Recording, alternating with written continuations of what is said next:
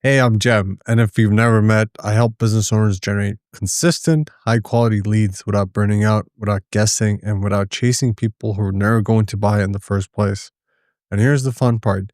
I don't just teach lead generation, I also give you leads. So whether you want to build a system that brings clients to you on autopilot, or you'd rather skip the learning curve and just plug into a system of pre-qualified US based leads, I've got you covered. Now today, I want to slow things down for a bit and talk about something that most business owners overlook, something that connects faster than cold DMs, builds quick builds trust quicker than testimonials, and makes people actually want to buy from you instead of the hundreds of others offering the same thing, which is your story, not a dramatic movie style one, not an exaggerated rags to riches thing, just a real moment from your life that helps your audience see themselves in you. And before we dive in, here's exactly what we're covering today so you know what to expect and can follow along step by step. Here's what you'll learn: how to turn a real personal moment into a client attracting story, even if you think your life isn't that interesting. How to connect your story directly to what your ideal client needs so it doesn't feel so it doesn't feel random, it feels relevant here, okay? How to use transformation storytelling instead of bragging. This is the secret to sounding relatable and reliable, not salesy. How to turn your story into actual offers that convert, because a good story should lead somewhere. How to amplify it across platforms so it consistently brings in leads. So one story works for reels, long form, lives, and email. Okay.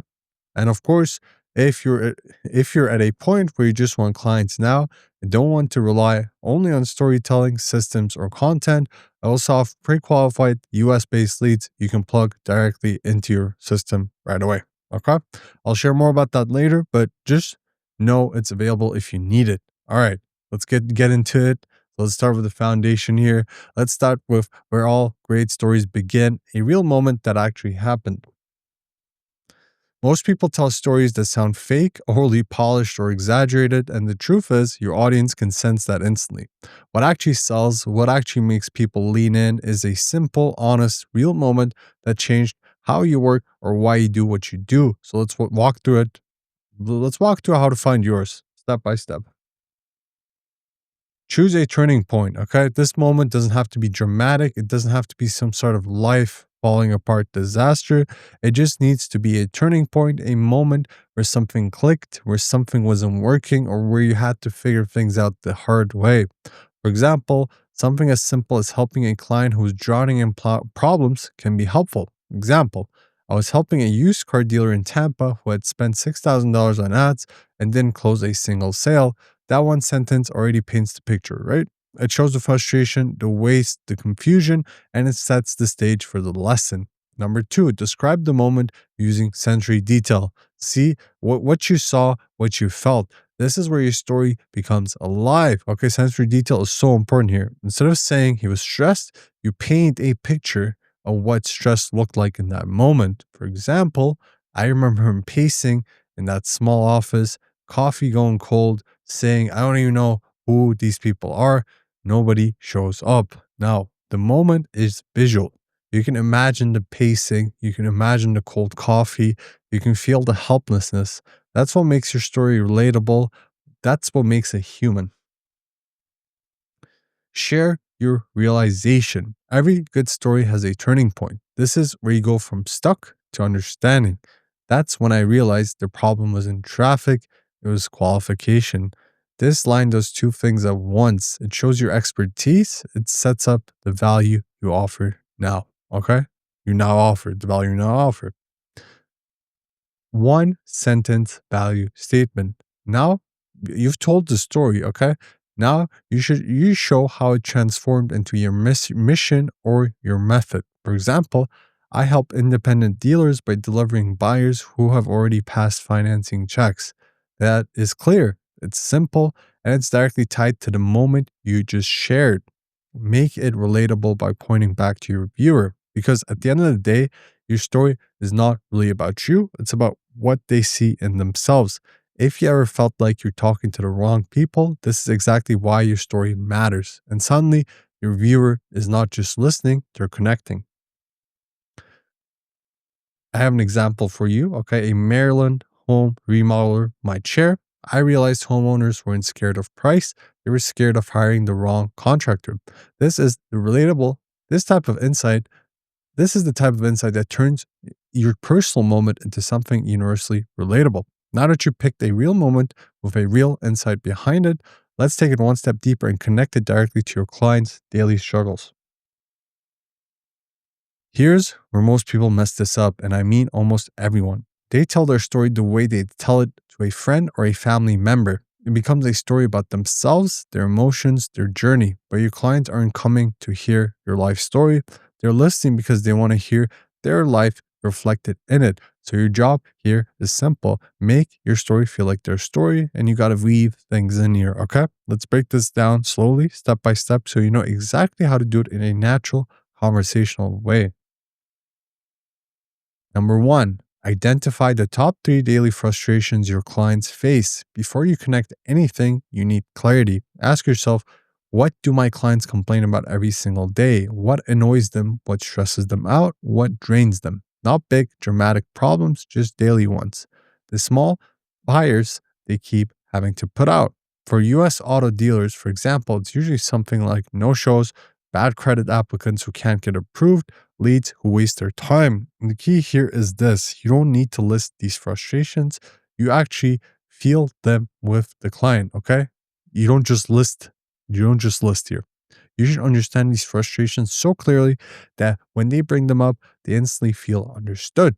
Step two, match each frustration to your story. Now take those frustrations and link each one to a moment from your story. You're basically creating a mirror moment. For example, let's say you told the story about the dealer pacing back and forth in Tampa. He's stressed, checking his watch, waiting for a buyer who promised to come in. You can say something like, remember the dealer pacing in Tampa? That's your no show problem mirrored. That's it. Simple, natural, straightforward. You take their problem and show them where it existed inside your story. Suddenly, your story isn't just entertainment, it's evidence. Step three, show you understand their world. Here's where you build trust without bragging. You're not saying I'm an expert, listen to me. You're saying I've been in the room, I've felt the pressure, and I get it.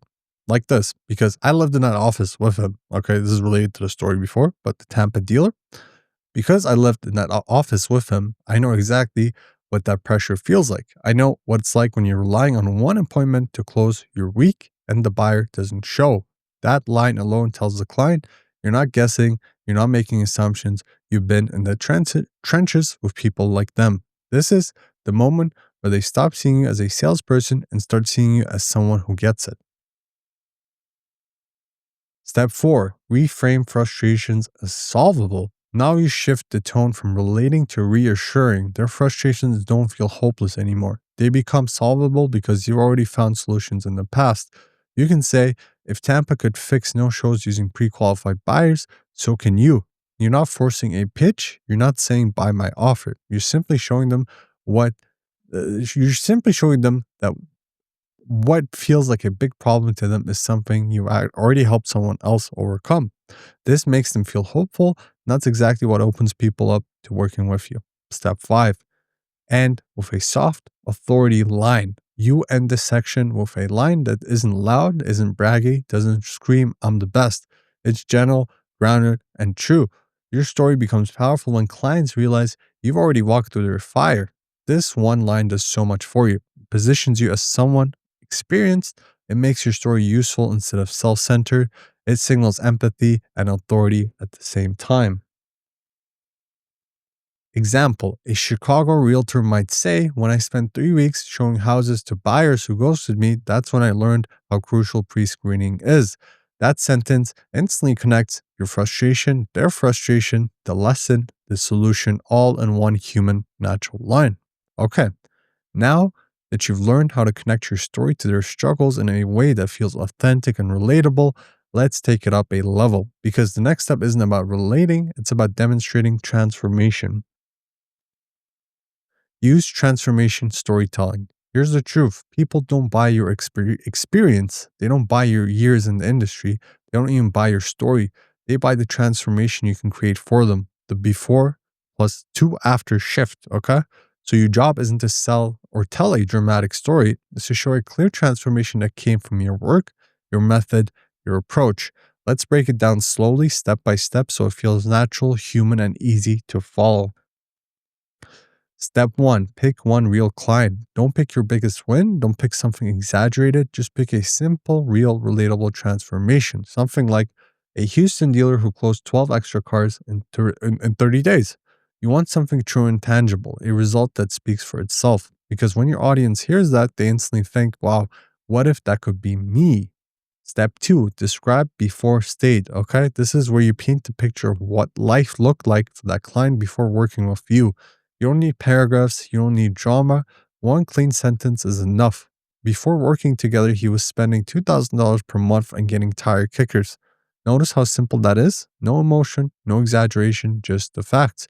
But instantly, anyone who's ever wasted money on useless leads feels seen. This before state acts like a hook. It makes people lean in because they recognize themselves. Step three, now describe the after state. Now you swing the door open and show them what changed. Again, keep it simple, clear, and measurable. After switching to pre qualified leads, he closed 3 to 4 cars every week. No fluff, no vague statements like business got better. You give them a number. Numbers make the transformation believable and repeatable in their mind. This is the moment when the client thinks, damn, that's exactly the result I need. Step four, insert the mechanism. Now, this is crucial, okay? This part is crucial. Most people skip this. This is the unique mechanism that you got to insert. Most people skip this, and then their story just sounds like luck or coincidence.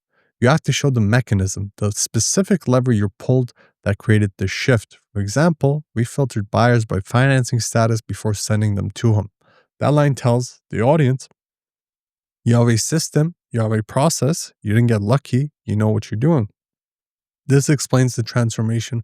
This explains why the transformation happened, which makes the story more powerful and trustworthy. Okay. Step five, tie the transformation to origin story. This is basic storytelling. This is coherent writing. This is all related to that stuff. Okay. Now you connect everything full circle, your story, their struggles, and the transformation you create. This is where it becomes storytelling instead of just reporting results. The Tampa moment taught me something. Qualification beats traffic every time. Notice what that does here, okay? It links your experience, your lesson, your method, your client's transformation. It ties everything together in a way that feels natural and inevitable because now the audience sees that your approach is rooted in real experience, not theory. A Miami fitness coach could say before, clients quit after 2 weeks, after 78% stayed 90 days. Just one simple before and after. It communicates retention, consistency, and results with zero hype. Now that you've shown transformation, real clients, real results, real mechanisms behind those results, the next step is to turn that story into something that works for you every day. Because a good story is powerful, but a story turned into a lead capturing asset, that's what builds a business. Now let's turn that story into actual assets that generate leads for you daily.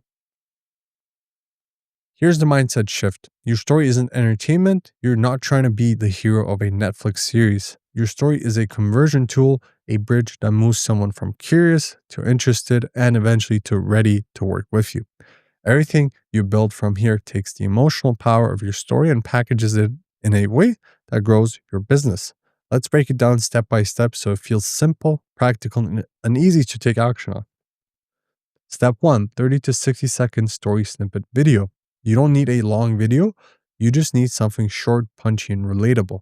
Start with that real moment, whatever your Tampa dealer moment is, okay? The moment where the dealer is frustrated and the room shaking, the dramatic, sensory moments there, okay?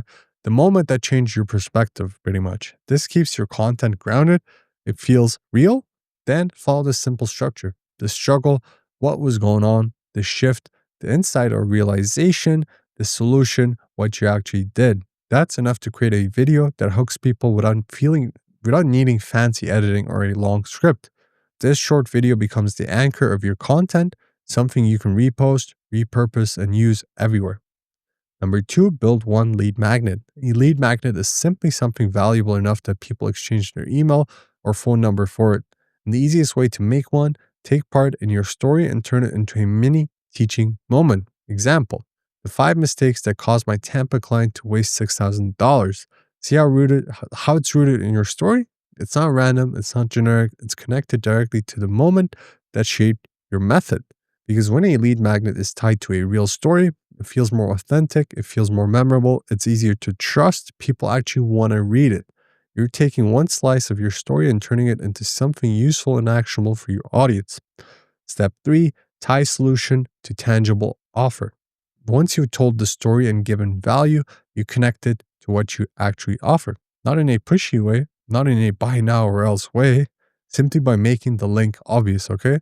We want pre-qualified buyers like Tampa and Houston. Book a 15-minute call. This does two things. It positions your offer as the next natural step. It connects the transformation to your service. They don't feel sold to, they just feel guided to the solution of their problem, which is tied to their story. Okay. Step four, clear, low friction CTA. People hesitate when the next step feels big or complicated. You want to remove that friction. A simple CTA like comment buyer and I'll send you this checklist. That's easy. It requires almost no effort and it builds engagement while also identifying warm leads. Low friction equals more responses. More responses equals more conversations equals more clients, which is simple. Step five, simple nurture sequence. Once you've captured the lead, you want to warm them up with a series of short relationship building messages. Nothing fancy, nothing complicated, just 3 simple emails or messages. Email number 1, your personal moment. Email number 2, your client transformation. Email number 3, your offer and next step. This shows them how to get the same result as, the transformation. This sequence takes someone from interested stranger to warm lead in 3 steps, all driven by your story. It's simple, human, and effective. A Denver landscaping service owner could create a lead magnet like how a $300 mistake cost my client an entire summer of work. It's short, it's rooted in a true story, it immediately communicates expertise, and it naturally leads to an offer like one to avoid that mistake. Here's our summer prep assessment. Now that you're taking your story and turn it into assets that capture leads for you, the next step is getting that story in front of the right people consistently because assets are powerful, but distribution is what turns them into revenue. All right, here's the goal. Your story becomes a system when it shows up everywhere your clients are looking, not in an annoying way, not in a spammy way, but in a way that feels natural. Like every time they scroll, they get one more piece, one more angle, one more insight that pulls them closer. Let's break this down step by step.